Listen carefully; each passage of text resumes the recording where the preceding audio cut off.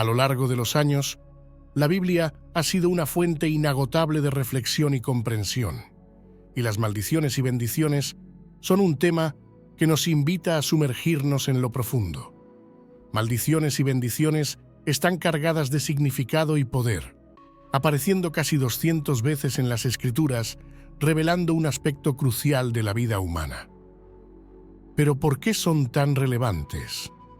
La respuesta a esta pregunta nos lleva a la impactante historia de Caín, el primer asesino de la humanidad. Caín, muchos se sorprenden al descubrir, no solo fue el protagonista de uno de los eventos más oscuros de la Biblia, sino también una figura esencial para comprender las dinámicas de las maldiciones y bendiciones que moldearon y aún moldean el curso de la humanidad. Imagina, por un momento, el torbellino de emociones que Eva debe haber sentido al dar a luz a su primer hijo, Caín.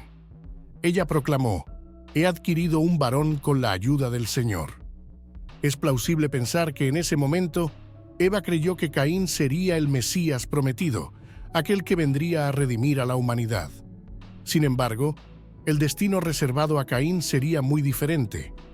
En Génesis 4, verso 1 y 7, la Biblia nos relata que Abel, el hermano de Caín, era pastor de ovejas, mientras que Caín era agricultor. Ambos ofrecieron sacrificios a Dios, pero solo el de Abel fue aceptado. El rechazo de la ofrenda de Caín lo consumió de ira y celos. El orgullo, sin duda, fue la raíz de este sentimiento. Caín no podía soportar la idea de que Dios aceptara a su hermano y lo rechazara. En ese momento, algo crucial sucede. Dios confronta a Caín, ofreciéndole la oportunidad de reflexionar y elegir un camino diferente. Dios ya conoce las respuestas, pero desea que Caín también las comprenda. Quiere que Caín domine su ira y tome la elección correcta. Frente a esta encrucijada, Caín tenía el poder de elegir el camino de la redención o el camino de la destrucción. La elección estaba en sus manos. En Génesis 4, verso 8, vemos la siguiente pasaje. Sin embargo, Caín opta por el peor camino y en un acto premeditado asesina a Abel. Este acto horrendo revela el lado más oscuro de la naturaleza humana, marcando la primera página de la historia del asesinato. Dios, en su infinita misericordia, confronta a Caín una vez más. ¿Dónde está Abel, tu hermano? Caín intenta engañar al Creador, pero su respuesta no deja lugar a dudas. No lo sé. ¿Soy yo acaso el guardián de mi hermano? Esta respuesta se vuelve icónica. Caín debería haber sido el guardián de su hermano, pero en lugar de eso, se convirtió en su asesino, motivado por un celo espiritual. Judas 11 nos advierte sobre el camino de Caín, la incredulidad y la religión vacía que conducen a la envidia y la persecución de los verdaderamente piadosos. La maldición de Dios sobre Caín se describe en Génesis 4, verso 10 y 12. Dios dice que la voz de la sangre inocente de Abel clama a él desde la tierra. Esta idea de la sangre clamando a Dios se repite en otras partes de la Biblia, mostrando cómo las bendiciones y maldiciones operan según leyes eternas e inmutables. Caín recibe una señal de protección de Dios, marcándolo para asegurarse de que nadie busque vengar la muerte de Abel. La naturaleza exacta de esta señal permanece en misterio, pero lo importante es la misericordia de Dios que, incluso frente al pecado, ofrece protección. Caín se aleja de la presencia del Señor y construye una ciudad, dando inicio a una era de urbanización e industrialización centrada en el hombre. Sin embargo, la degeneración humana es evidente en las generaciones posteriores, con nombres y acciones que reflejan una creciente distancia de Dios. La genealogía de Caín muestra esta progresión, mientras que la línea de Set, hijo de Adán y Eva, representa la verdadera adoración, la humildad y la búsqueda de Dios. Caín eligió su propio camino, una rebelión que la Biblia llama Abón. Esta rebelión representa no solo la iniquidad, sino también todas las consecuencias malignas que trae consigo. El poder de las palabras es un elemento crucial en esta narrativa. La Biblia enfatiza la importancia de las palabras, no solo como medio de comunicación, sino como vehículos de bendición y maldición. Tienen el poder de dar forma a la realidad, de transformar vidas. Como se dice en Proverbios 18, verso 21, la muerte y la vida están en el poder de la lengua. El que la ama comerá de su fruto. Esta dualidad de bendiciones y maldiciones no es una mera casualidad. Siguen un patrón divino. Dios bendice a aquellos que le obedecen y maldice a aquellos que le desobedecen. El concepto de bendiciones y maldiciones no es arbitrario, sino que sigue leyes eternas e inmutables. Esta dinámica no se limita únicamente a Dios. En la Biblia vemos ejemplos de seres humanos pronunciando maldiciones, como Noé maldiciendo a Canaán por su comportamiento irrespetuoso.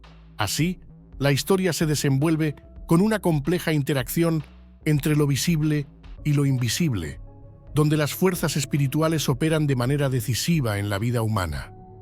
Mientras muchos se enfocan en lo tangible, la Biblia nos revela la existencia de un reino invisible, donde las verdaderas realidades eternas se manifiestan. 2 Corintios 4 versos 17 y 18 nos recuerda este contraste entre lo visible y lo invisible, entre las tribulaciones pasajeras y la gloria eterna, pues esta leve tribulación momentánea produce en nosotros un cada vez más excelente y eterno peso de gloria, no mirando nosotros las cosas que se ven, sino las que no se ven, pues las cosas que se ven son temporales, pero las que no se ven son eternas. La comprensión de las bendiciones y maldiciones nos lleva a otro aspecto fundamental de la fe cristiana: la redención a través del sacrificio de Jesús. Isaías profetizó detalladamente sobre este evento, describiendo al siervo del Señor que se ofrecería como sacrificio por el pecado. Isaías 53, verso 6, revela el núcleo del problema humano. Todos nosotros, como ovejas, nos hemos desviado del camino, cada uno siguiendo su propio camino. Sin embargo, Dios hizo caer sobre Jesús la iniquidad de todos nosotros. Él no solo se identificó con nuestra iniquidad, sino que soportó todas sus consecuencias malignas. Jesús, el sacrificio perfecto, cargó en sí nuestras iniquidades y sus consecuencias. Fue castigado para que pudiéramos ser perdonados, herido para que pudiéramos ser sanados, hecho pecado con nuestra pecaminosidad para que pudiéramos llegar a ser justos. Este es el corazón del Evangelio. El intercambio divinamente ordenado tuvo lugar en la cruz. Jesús cargó con todas las consecuencias malignas que por justicia divina debían recaer sobre nuestras iniquidades.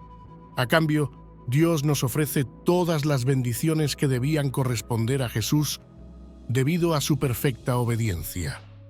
Esta es una asombrosa oferta de redención, accesible por gracia y recibida por la fe. Las palabras pueden bendecir o maldecir, pero es la palabra de Dios la que nos ofrece el camino de la redención y la vida eterna.